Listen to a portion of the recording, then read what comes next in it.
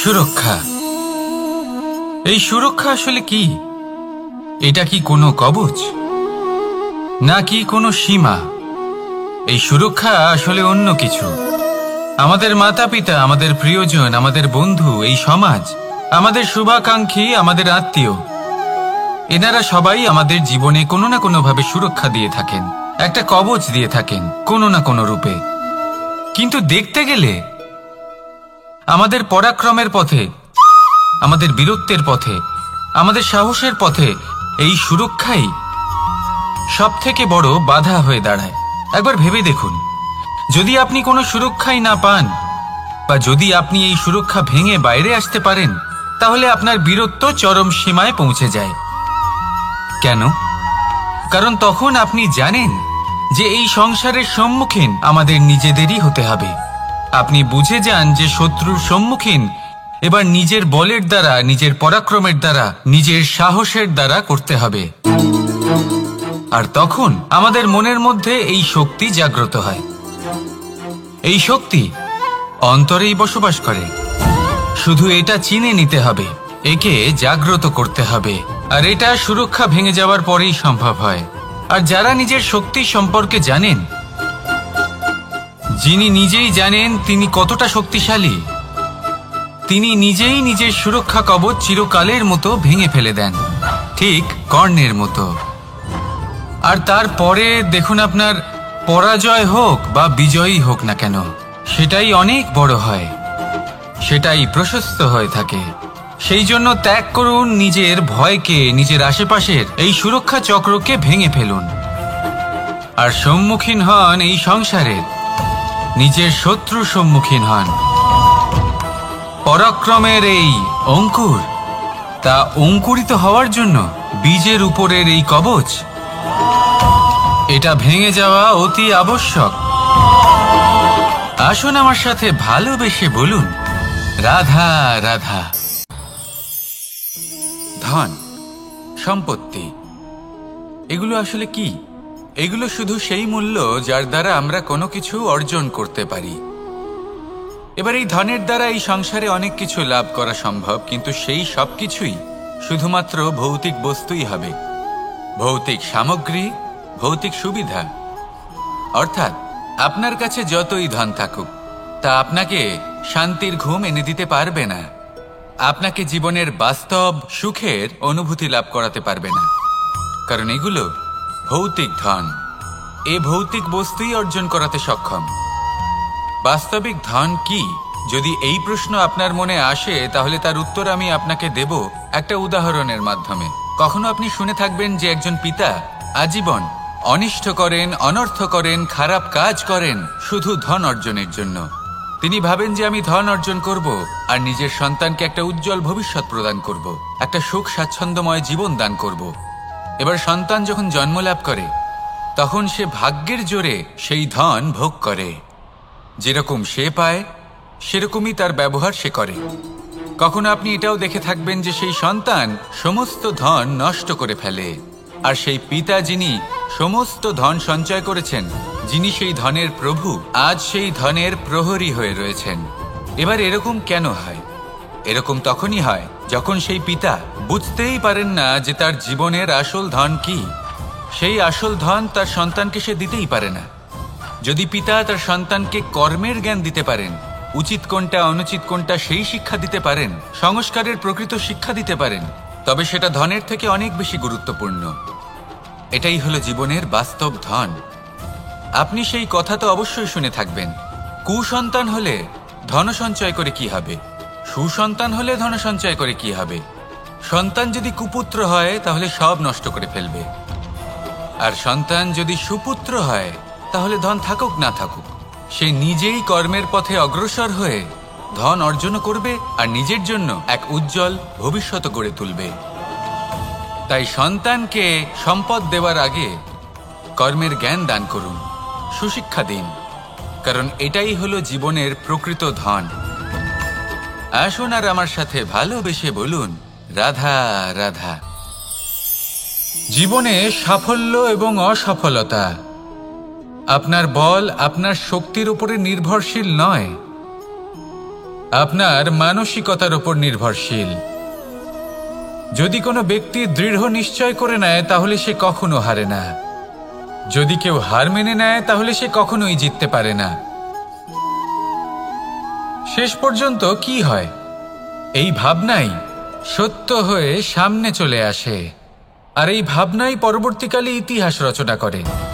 সেই জন্য আপনি যদি চান আপনার নাম ইতিহাসে থাকুক, তাহলে দৃঢ় হতে শিখুন। ইতিবাচক ভাবনার সাথে পরিশ্রমের সাথে এগিয়ে চলতে থাকুন, প্রতিস্পর্ধা গ্রহণ করুন, আর শুধুই এগিয়ে যেতে থাকুন।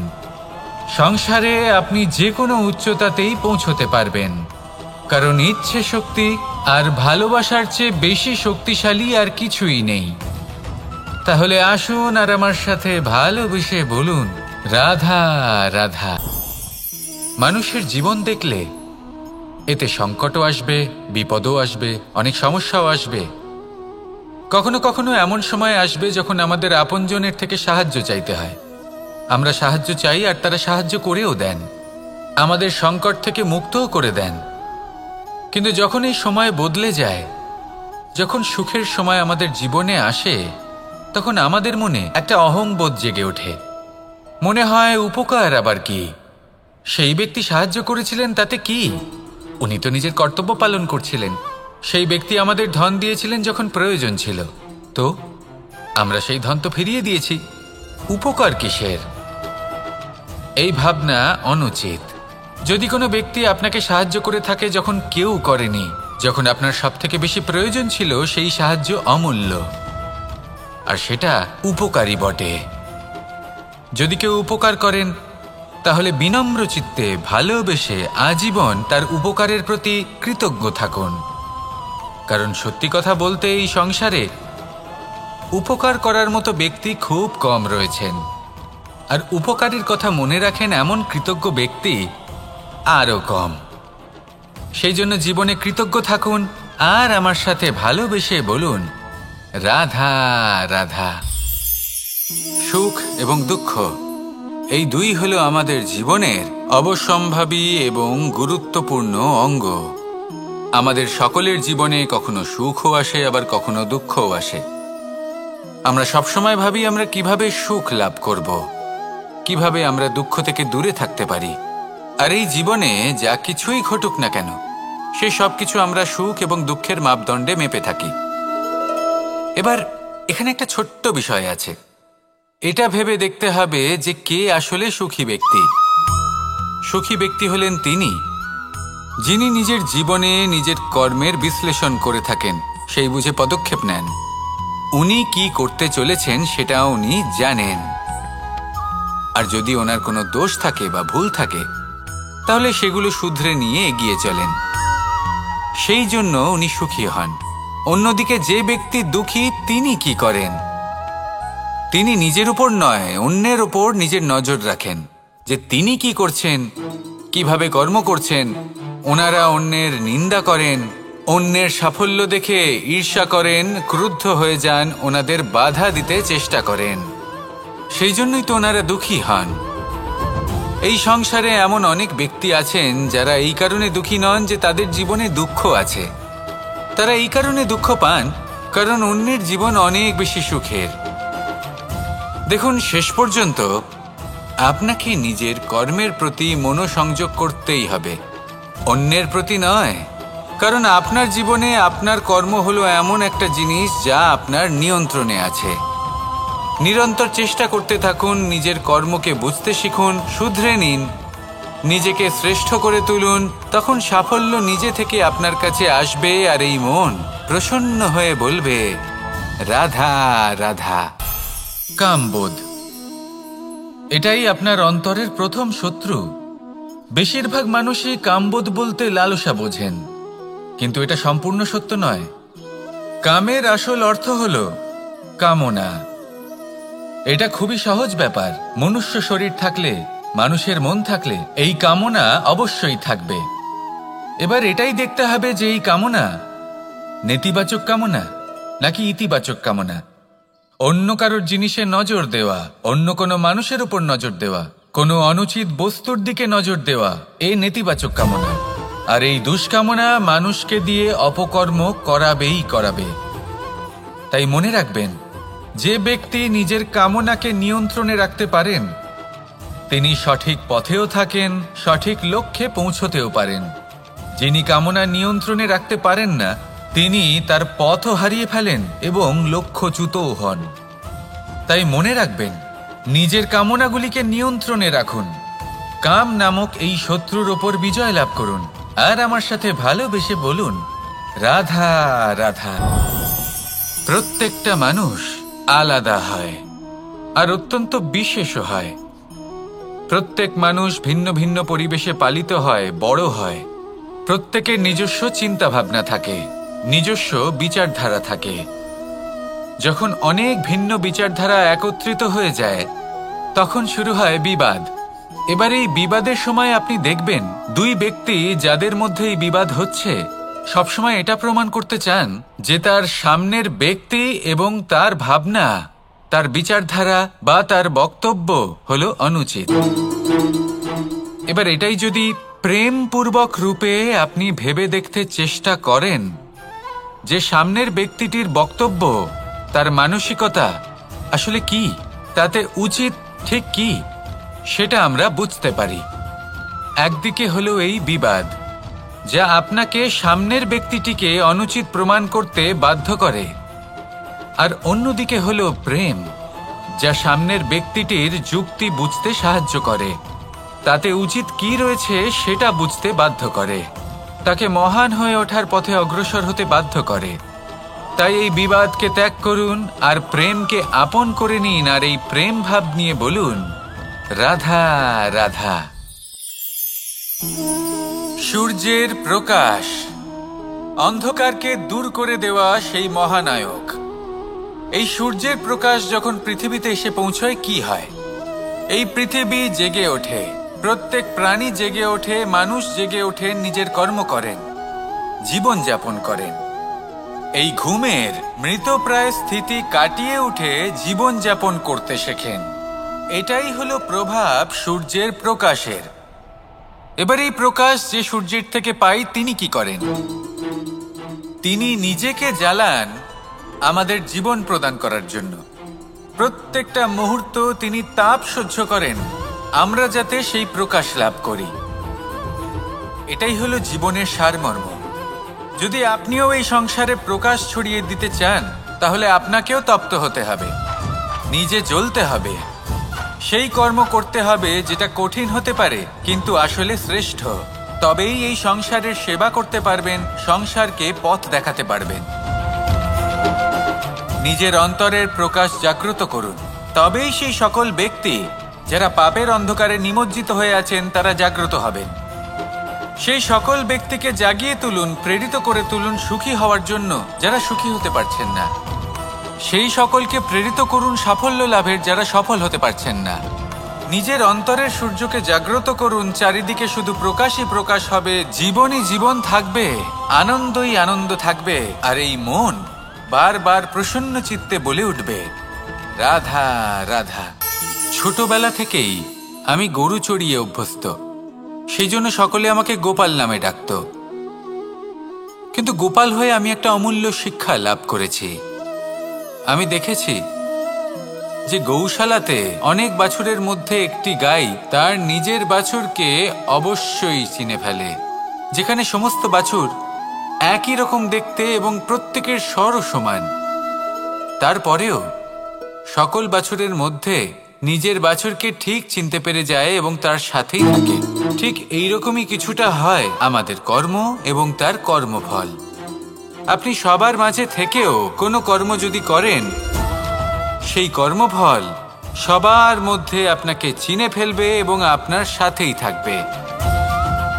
তাই যখনই কর্ম করবেন ভেবে চিন্তে করবেন। কোনো কর্ম করার আগে একবার ভেবে দেখুন, তাহলে জীবনে বারংবার অনুতপ্ত হতে হবে না। কারণ বিষয়টা কিছুটা এরকম যে এই সংসারে আপনি কাল, কর্মফল এবং সময় এই তিনের হাত থেকে কখনো লুকোতে পারবেন না, কখনো পালাতেও পারবেন না। আসুন আমার সাথে ভালোবেসে বলুন, রাধা রাধা। আভূষণ, কার না ভালো লাগে এই আভূষণ? আমরা পরিশ্রম করি, ধন অর্জন করি, আর আভূষণ কিনে থাকি, কখনো নিজের জন্য, কখনো বা তাদের জন্য যাকে আমরা ভালোবাসি, বা তাদের জন্য যাকে আমরা সম্মান করি। হয়তো সেই জন্যই সীতা চূড়ামণি ধারণ করেছিলেন এবং আমি সামন্তকমণি। কিন্তু এটাই কি সেই প্রকৃত আভূষণ যা আপনার মূল্য বৃদ্ধি করে? না। শ্রীরামের আভূষণ হল ওনার নম্র ভদ্র ব্যবহার।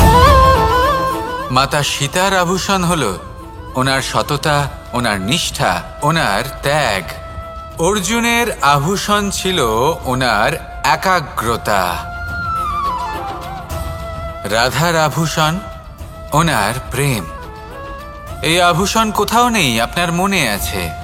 যদি আপনার মনে মিষ্টতা থাকে, তা শান্ত হয়, তাতে সততা থাকে, নিষ্ঠা থাকে এবং প্রেম থাকে, তাহলে আপনার অন্য আর কোনো আভূষণের কোনো প্রয়োজন নেই। আপনি যতই ভিড়ের মাঝে থাকুন, আপনার ঔজ্জ্বল্য চোখে পড়বে। আসুন আর আমার সাথে ভালোবেসে বলুন, রাধা রাধা। প্রেমের পরিভাষা আসলে কি? ভিন্ন ভিন্ন ধরনের ব্যক্তি, ভিন্ন ভিন্ন ধরনের প্রেমী, আলোচক বিভিন্ন ধরনের পরিভাষা প্রদান করেন এই প্রেম নিয়ে। কিন্তু প্রত্যেকের মনেই কখনো কখনো এই প্রশ্ন এসেছে, এই ভালোবাসা আসলে কি? নিজের প্রিয়তমকে জয় করাই কি প্রেম? চার হাত এক হয়ে যাবার নামই কি প্রেম? নিজের আবেগ ব্যক্ত করাই কি ভালোবাসা? না। প্রেমের অর্থ কাউকে লাভ করা নয়, বরং তার মাঝে বিলীন হয়ে যাওয়া। যদি কারোর হাত ধরে থাকি, তাহলে আজীবন তার সাথে পথ চলা হলো প্রেম।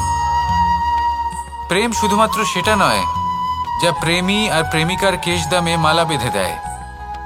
মাতা পিতার জন্য দিনরাত পরিশ্রম করা, নিজের পরিবারের জন্য দিনরাত পরিশ্রম করা, সেটাও প্রেম। নিজের বন্ধুদের জন্য, আপনজনের জন্য সবকিছু উজাড় করে দেওয়ার নাম হলো ভালোবাসা। নিজের মাতৃভূমির জন্য সাহসের সাথে লড়াই করা এবং আনন্দে নিজের জীবন ত্যাগ করে দেওয়াও কিন্তু প্রেমের নামান্তর। সেই জন্য যারা বুদ্ধিমান ব্যক্তি, তারা কখনো প্রেমের পরিভাষা খুঁজতে চান না, কারণ তারা জানেন যে এই প্রেম কতটা বিশাল। তারা জানেন যে এই প্রেম হলো এক বিশাল সাগর, যাকে নিজের মুঠোয় ধরে রাখা যায় না। সেই জন্য এই প্রেমের সাগরে ডুবে যান এবং সকলকে ভালোবাসতে শিখুন। যদি সবাইকে ভালোবাসতে পারেন, তাহলে তাদেরও কল্যাণ হবে যারা আপনাকে ভালোবাসে, তাদেরও কল্যাণ হবে যাদেরকে আপনি ভালোবাসেন, আর আপনারও কল্যাণ হবে। আর তখন এই মন ভালোবেসে বলবে, রাধা রাধা। হাস্য, হাসি জীবনে অত্যন্ত মূল্যবান হয়। কথায় আছে যে হাসি এবং হাস্য আমাদের জীবনে ওষুধের মতো কাজ করে, আমাদের সুস্থ রাখে, আমাদের জীবনের অনুভূতিগুলিকে আরো সুন্দর করে তোলে। কিন্তু প্রত্যেক ওষুধের মতোই এর সাথেও এটাই হয়। প্রত্যেক ওষুধ সঠিক সময়ে, সঠিক মাত্রায়, সঠিকভাবে গ্রহণ করতে হয়। যদি এরকম না হয়, তাহলে এই ঔষধও শরীরের ক্ষতি করে দিতে পারে। এবার আপনি ভাবতে পারেন, হাসি থেকে কিভাবে ক্ষতি হতে পারে? আপনি যদি অন্য কারোর উপরে হাসেন, তাহলে হয়তো তার মনে কষ্ট হতে পারে, তার অন্তরের মিত্র হয়তো শেষ হয়ে যেতে পারে, আর অন্তরের শত্রু জেগে উঠতে পারে। কিন্তু এটাই যদি আমরা সকলকে সাথে এনে সকলের সাথে হাসি, তাহলে হয়তো আমাদের অন্তরের, এই হৃদয়ের ভেতরে লুকিয়ে থাকা যে শত্রু, তা শেষ হয়ে যেতে পারে, আর অন্তরের বন্ধুসত্তা প্রকাশিত হতে পারে। ঠিক কি না? এবার আপনাকে উদাহরণ দিই। যখন দ্রৌপদী দুর্যোধনকে নিয়ে হেসেছিল, তখন তা মহাভারতের সৃষ্টির কারণ হয়েছিল।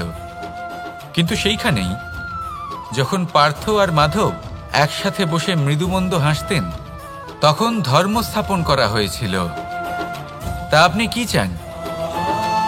কাউকে নিয়ে হেসে তাকে আঘাত করতে চান, নাকি সকলকে একসাথে এনে তাদের হাসিয়ে তুলে ধনাত্মক প্রভাব ফেলতে চান?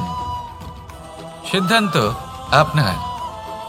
আসুন আর আমার সাথে ভালোবেসে বলুন, রাধা রাধা। মাঝে মাঝে কিছু মুহূর্তের জন্য চোখ বন্ধ করে ধ্যানের বেদিতে বসে ধ্যান করতে চেষ্টা করুন আর বোঝার চেষ্টা করুন যে আমরা সর্বপ্রথম কি দেখতে পাচ্ছি, কি অনুভব করছি। আপনি দেখতে পাবেন সবার আগে আপনার চোখের সামনে আপনার দুষ্কর্মগুলিকে, আপনার লুকিয়ে থাকা ক্রোধ, অন্তরের যন্ত্রণা, ভয়, নিরাশা, এই সব কিছুই সবার আগে দেখতে পাবেন আপনি। আর এই সব কিছুই আমাদের দুঃখের কারণ হয়ে ওঠে। এই সব কিছুর সারমর্ম কি? সারমর্ম শুধু একটাই, সেটা হলো এই যে আমাদের এই মন তা কিন্তু দুষ্কর্ম পছন্দই করে না। আমাদের এই মন একটা সুখময় জীবন যাপন করতে চায়, সৎকর্ম করতে চায়। তাই এটাই করুন, শুভ চিন্তা করুন, শুভ কর্ম করুন, ইতিবাচক মনোভাব নিয়ে জীবনে অগ্রসর হন। তারপর চোখ বন্ধ করে অন্তরে দেখতে থাকুন। দুঃখের আভাসই পাবেন না। এই মন প্রসন্নতা এবং প্রেমের দ্বারা পূর্ণ হবে এবং বারবার বলে উঠবে, রাধা রাধা। সুরক্ষা। এই সুরক্ষা আসলে কি? এটা কি কোনো কবচ নাকি কোনো সীমা? এই সুরক্ষা আসলে অন্য কিছু।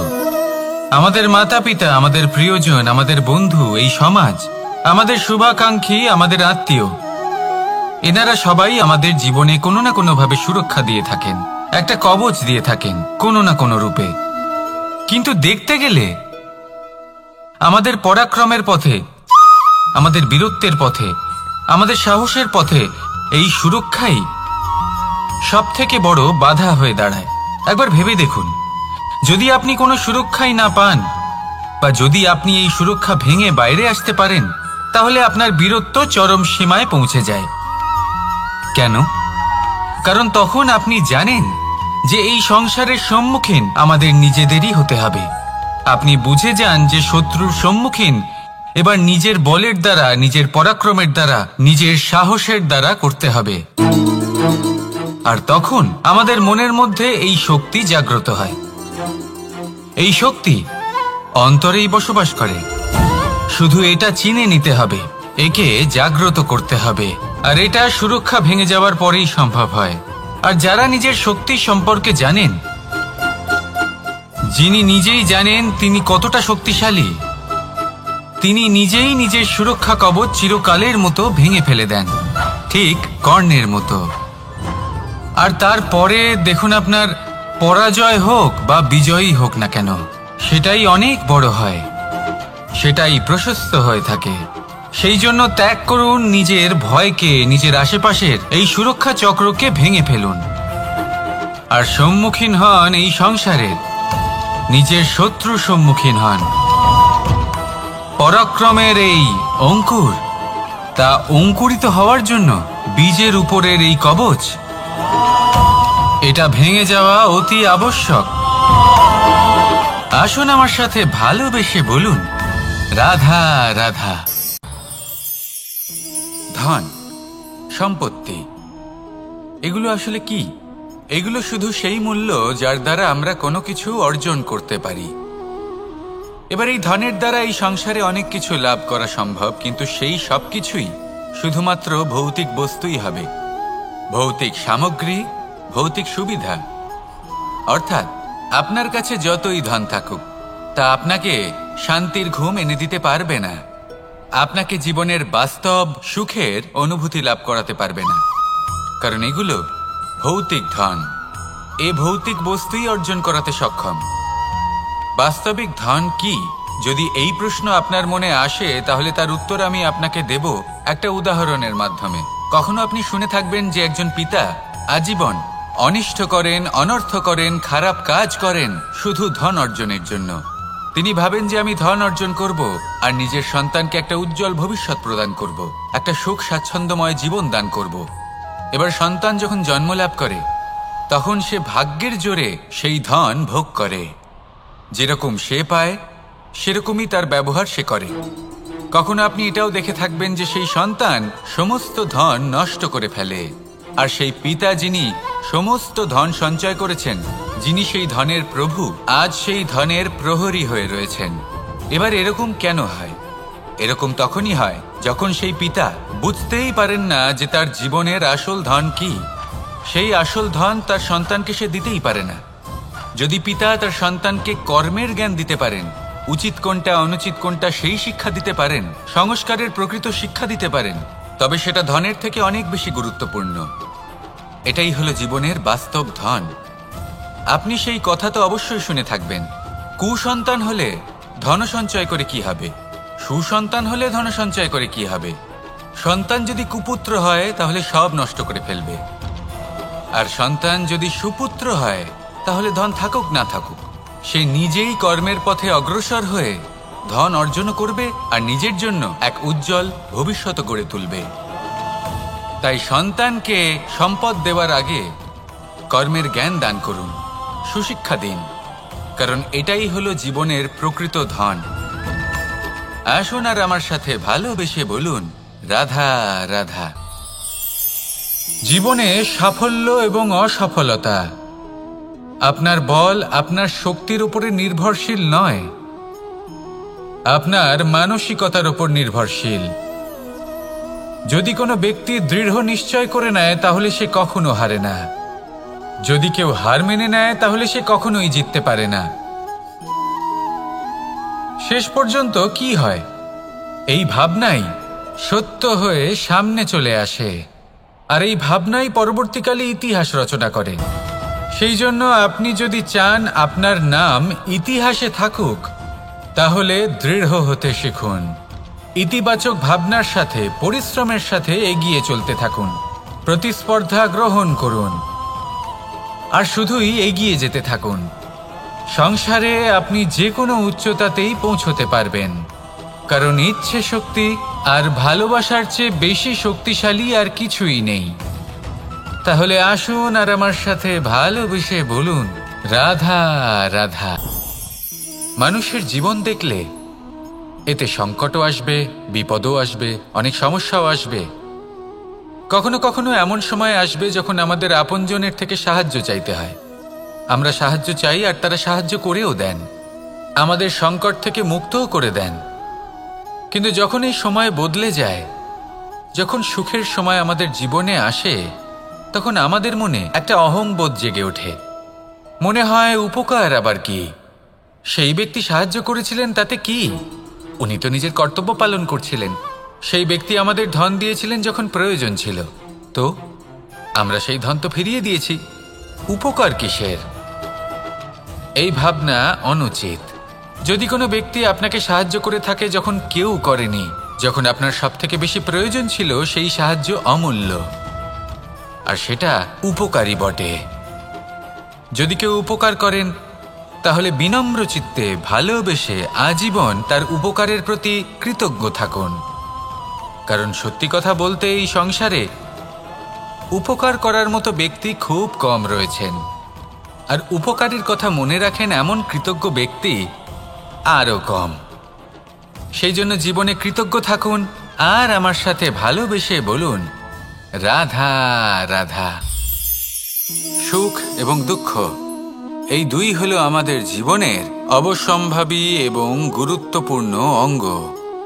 আমাদের সকলের জীবনে কখনো সুখও আসে, আবার কখনো দুঃখও আসে। আমরা সবসময় ভাবি আমরা কিভাবে সুখ লাভ করব, কিভাবে আমরা দুঃখ থেকে দূরে থাকতে পারি। আর এই জীবনে যা কিছুই ঘটুক না কেন, সেই সব কিছু আমরা সুখ এবং দুঃখের মাপদণ্ডে মেপে থাকি।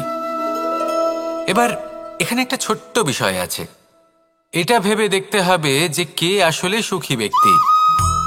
সুখী ব্যক্তি হলেন তিনি যিনি নিজের জীবনে নিজের কর্মের বিশ্লেষণ করে থাকেন, সেই বুঝে পদক্ষেপ নেন। উনি কি করতে চলেছেন সেটা উনি জানেন, আর যদি ওনার কোনো দোষ থাকে বা ভুল থাকে তাহলে সেগুলো শুধরে নিয়ে এগিয়ে চলেন। সেই জন্য উনি সুখী হন। অন্যদিকে যে ব্যক্তি দুঃখী, তিনি কি করেন? তিনি নিজের উপর নয়, অন্যের উপর নিজের নজর রাখেন, যে তিনি কি করছেন, কিভাবে কর্ম করছেন।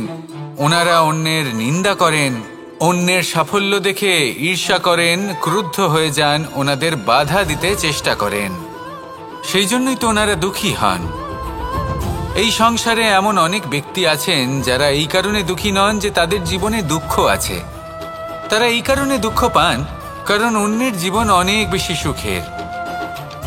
দেখুন, শেষ পর্যন্ত আপনাকে নিজের কর্মের প্রতি মনোসংযোগ করতেই হবে, অন্যের প্রতি নয়। কারণ আপনার জীবনে আপনার কর্ম হলো এমন একটা জিনিস যা আপনার নিয়ন্ত্রণে আছে। নিরন্তর চেষ্টা করতে থাকুন, নিজের কর্মকে বুঝতে শিখুন, শুধরে নিন, নিজেকে শ্রেষ্ঠ করে তুলুন। তখন সাফল্য নিজে থেকে আপনার কাছে আসবে, আর এই মন প্রসন্ন হয়ে বলবে, রাধা রাধা। কামবোধ, এটাই আপনার অন্তরের প্রথম শত্রু। বেশিরভাগ মানুষই কামবোধ বলতে লালসা বোঝেন, কিন্তু এটা সম্পূর্ণ সত্য নয়। কামের আসল অর্থ হল কামনা। এটা খুবই সহজ ব্যাপার। মনুষ্য শরীর থাকলে, মানুষের মন থাকলে এই কামনা অবশ্যই থাকবে। এবার এটাই দেখতে হবে যে এই কামনা নেতিবাচক কামনা নাকি ইতিবাচক কামনা। অন্য কারোর জিনিসে নজর দেওয়া, অন্য কোনো মানুষের উপর নজর দেওয়া, কোনো অনুচিত বস্তুর দিকে নজর দেওয়া, এই নেতিবাচক কামনা। আর এই দুষ্কামনা মানুষকে দিয়ে অপকর্ম করাবেই করাবে। তাই মনে রাখবেন, যে ব্যক্তি নিজের কামনাকে নিয়ন্ত্রণে রাখতে পারেন তিনি সঠিক পথেও থাকেন, সঠিক লক্ষ্যে পৌঁছতেও পারেন। যিনি কামনা নিয়ন্ত্রণে রাখতে পারেন না তিনি তার পথও হারিয়ে ফেলেন এবং লক্ষ্যচ্যুতও হন। তাই মনে রাখবেন, নিজের কামনাগুলিকে নিয়ন্ত্রণে রাখুন, কাম নামক এই শত্রুর ওপর বিজয় লাভ করুন, আর আমার সাথে ভালোবেসে বলুন, রাধা রাধা। প্রত্যেকটা মানুষ আলাদা হয় আর অত্যন্ত বিশেষও হয়। প্রত্যেক মানুষ ভিন্ন ভিন্ন পরিবেশে পালিত হয়, বড় হয়। প্রত্যেকের নিজস্ব চিন্তা ভাবনা থাকে, নিজস্ব বিচারধারা থাকে। যখন অনেক ভিন্ন বিচারধারা একত্রিত হয়ে যায় তখন শুরু হয় বিবাদ।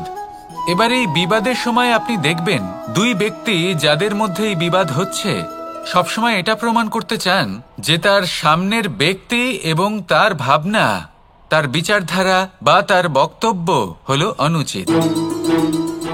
এবার এটাই যদি প্রেমপূর্বক রূপে আপনি ভেবে দেখতে চেষ্টা করেন যে সামনের ব্যক্তিটির বক্তব্য, তার মানসিকতা আসলে কি, তাতে উচিত ঠিক কি, সেটা আমরা বুঝতে পারি। একদিকে হলো এই বিবাদ যা আপনাকে সামনের ব্যক্তিটিকে অনুচিত প্রমাণ করতে বাধ্য করে, আর অন্যদিকে হলো প্রেম যা সামনের ব্যক্তিটির যুক্তি বুঝতে সাহায্য করে, তাতে উচিত কি রয়েছে সেটা বুঝতে বাধ্য করে, তাকে মহান হয়ে ওঠার পথে অগ্রসর হতে বাধ্য করে। তাই এই বিবাদকে ত্যাগ করুন আর প্রেমকে আপন করে নিন, আর এই প্রেম ভাব নিয়ে বলুন, রাধা রাধা। সূর্যের প্রকাশ অন্ধকারকে দূর করে দেওয়া সেই মহানায়ক। এই সূর্যের প্রকাশ যখন পৃথিবীতে এসে পৌঁছয় কি হয়? এই পৃথিবী জেগে ওঠে, প্রত্যেক প্রাণী জেগে ওঠে, মানুষ জেগে ওঠে, নিজের কর্ম করেন, জীবন যাপন করেন। এই ঘুমের মৃতপ্রায় স্থিতি কাটিয়ে উঠে জীবন যাপন করতে শেখেন। এটাই হলো প্রভাব সূর্যের প্রকাশের। এবার এই প্রকাশ যে সূর্যের থেকে পাই তিনি কি করেন? তিনি নিজেকে জ্বালান আমাদের জীবন প্রদান করার জন্য। প্রত্যেকটা মুহূর্ত তিনি তাপ সহ্য করেন আমরা যাতে সেই প্রকাশ লাভ করি। এটাই হলো জীবনের সারমর্ম। যদি আপনিও এই সংসারে প্রকাশ ছড়িয়ে দিতে চান তাহলে আপনাকেও তপ্ত হতে হবে, নিজে জ্বলতে হবে, সেই কর্ম করতে হবে যেটা কঠিন হতে পারে কিন্তু আসলে শ্রেষ্ঠ। তবেই এই সংসারের সেবা করতে পারবেন, সংসারকে পথ দেখাতে পারবেন। নিজের অন্তরের প্রকাশ জাগ্রত করুন, তবেই সেই সকল ব্যক্তি যারা পাপের অন্ধকারে নিমজ্জিত হয়ে আছেন তারা জাগ্রত হবেন। সেই সকল ব্যক্তিকে জাগিয়ে তুলুন, প্রেরিত করে তুলুন সুখী হওয়ার জন্য যারা সুখী হতে পারছেন না। সেই সকলকে প্রেরিত করুন সাফল্য লাভের যারা সফল হতে পারছেন না। নিজের অন্তরের সূর্যকে জাগ্রত করুন, চারিদিকে শুধু প্রকাশই প্রকাশ হবে, জীবনই জীবন থাকবে, আনন্দই আনন্দ থাকবে, আর এই মন বারবার প্রসন্ন চিত্তে বলে উঠবে রাধা রাধা। ছোটবেলা থেকেই আমি গরু চড়িয়ে অভ্যস্ত, সেই জন্য সকলে আমাকে গোপাল নামে ডাকত। কিন্তু গোপাল হয়ে আমি একটা অমূল্য শিক্ষা লাভ করেছি। আমি দেখেছি যে গৌশালাতে অনেক বাছুরের মধ্যে একটি গাই তার নিজের বাছুরকে অবশ্যই চিনে ফেলে। যেখানে সমস্ত বাছুর একই রকম দেখতে এবং প্রত্যেকের স্বরও সমান, তারপরেও সকল বাছুরের মধ্যে নিজের বাছুরকে ঠিক চিনতে পেরে যায় এবং তার সাথেই থাকে। ঠিক এইরকমই কিছুটা হয় আমাদের কর্ম এবং তার কর্মফল। আপনি সবার মাঝে থেকেও কোনো কর্ম যদি করেন, সেই কর্মফল সবার মধ্যে আপনাকে চিনে ফেলবে এবং আপনার সাথেই থাকবে। তাই যখনই কর্ম করবেন ভেবে চিন্তে করবেন। কোনো কর্ম করার আগে একবার ভেবে দেখুন, তাহলে জীবনে বারংবার অনুতপ্ত হতে হবে না। কারণ বিষয়টা কিছুটা এরকম যে এই সংসারে আপনি কাল, কর্মফল এবং সময়, এই তিনের হাত থেকে কখনো লুকোতে পারবেন না, কখনো পালাতেও পারবেন না। আসুন আমার সাথে ভালোবেসে বলুন রাধা রাধা। আভূষণ, কার না ভালো লাগে এই আভূষণ? আমরা পরিশ্রম করি, ধন অর্জন করি আর আভূষণ কিনে থাকি, কখনো নিজের জন্য, কখনো বা তাদের জন্য যাকে আমরা ভালোবাসি, বা তাদের জন্য যাকে আমরা সম্মান করি। হয়তো সেই জন্যই সীতা চূড়ামণি ধারণ করেছিলেন এবং আমি সামন্তকমণি। কিন্তু এটাই কি সেই প্রকৃত আভূষণ যা আপনার মূল্য বৃদ্ধি করে? না। শ্রীরামের আভূষণ হলো ওনার নম্র ভদ্র ব্যবহার। মাতা সীতার আভূষণ হলো ওনার সততা, ওনার নিষ্ঠা, ওনার ত্যাগ। অর্জুনের আভূষণ ছিল ওনার একাগ্রতা। রাধার আভূষণ ওনার প্রেম। এই আভূষণ কোথাও নেই, আপনার মনে আছে। যদি আপনার মনে মিষ্টতা থাকে, তা শান্ত হয়, তাতে সততা থাকে, নিষ্ঠা থাকে এবং প্রেম থাকে, তাহলে আপনার অন্য আর কোনো আভূষণের কোনো প্রয়োজন নেই। আপনি যতই ভিড়ের মাঝে থাকুন, আপনার ঔজ্জ্বল্য চোখে পড়বে। আসুন আর আমার সাথে ভালোবেসে বলুন রাধা রাধা। প্রেমের পরিভাষা আসলে কি? ভিন্ন ভিন্ন ধরনের ব্যক্তি, ভিন্ন ভিন্ন ধরনের প্রেমী, আলোচক বিভিন্ন ধরনের পরিভাষা প্রদান করেন এই প্রেম নিয়ে। কিন্তু প্রত্যেকের মনেই কখনো কখনো এই প্রশ্ন এসেছে, এই ভালোবাসা আসলে কি? নিজের প্রিয়তমকে জয় করাই কি প্রেম? চার হাত এক হয়ে যাবার নামই কি প্রেম? নিজের আবেগ ব্যক্ত করাই কি ভালোবাসা? না। প্রেমের অর্থ কাউকে লাভ করা নয়, বরং তার মাঝে বিলীন হয়ে যাওয়া। যদি কারোর হাত ধরে থাকি, তাহলে আজীবন তার সাথে পথ চলা হলো প্রেম। প্রেম শুধুমাত্র সেটা নয় যা প্রেমী আর প্রেমিকার কেশদামে মালা বেঁধে দেয়। মাতা পিতার জন্য দিনরাত পরিশ্রম করা, নিজের পরিবারের জন্য দিনরাত পরিশ্রম করা, সেটাও প্রেম। নিজের বন্ধুদের জন্য, আপনজনের জন্য সবকিছু উজাড় করে দেওয়ার নাম হলো ভালোবাসা। নিজের মাতৃভূমির জন্য সাহসের সাথে লড়াই করা এবং আনন্দে নিজের জীবন ত্যাগ করে দেওয়াও কিন্তু প্রেমের নামান্তর। সেই জন্য যারা বুদ্ধিমান ব্যক্তি, তারা কখনো প্রেমের পরিভাষা খুঁজতে চান না, কারণ তারা জানেন যে এই প্রেম কতটা বিশাল। তারা জানেন যে এই প্রেম হলো এক বিশাল সাগর, যাকে নিজের মুঠোয় ধরে রাখা যায় না। সেই জন্য এই প্রেমের সাগরে ডুবে যান এবং সকলকে ভালোবাসতে শিখুন। যদি সবাইকে ভালোবাসতে পারেন, তাহলে তাদেরও কল্যাণ হবে যারা আপনাকে ভালোবাসে, তাদেরও কল্যাণ হবে যাদেরকে আপনি ভালোবাসেন, আর আপনারও কল্যাণ হবে। আর তখন এই মন ভালোবেসে বলবে রাধা রাধা।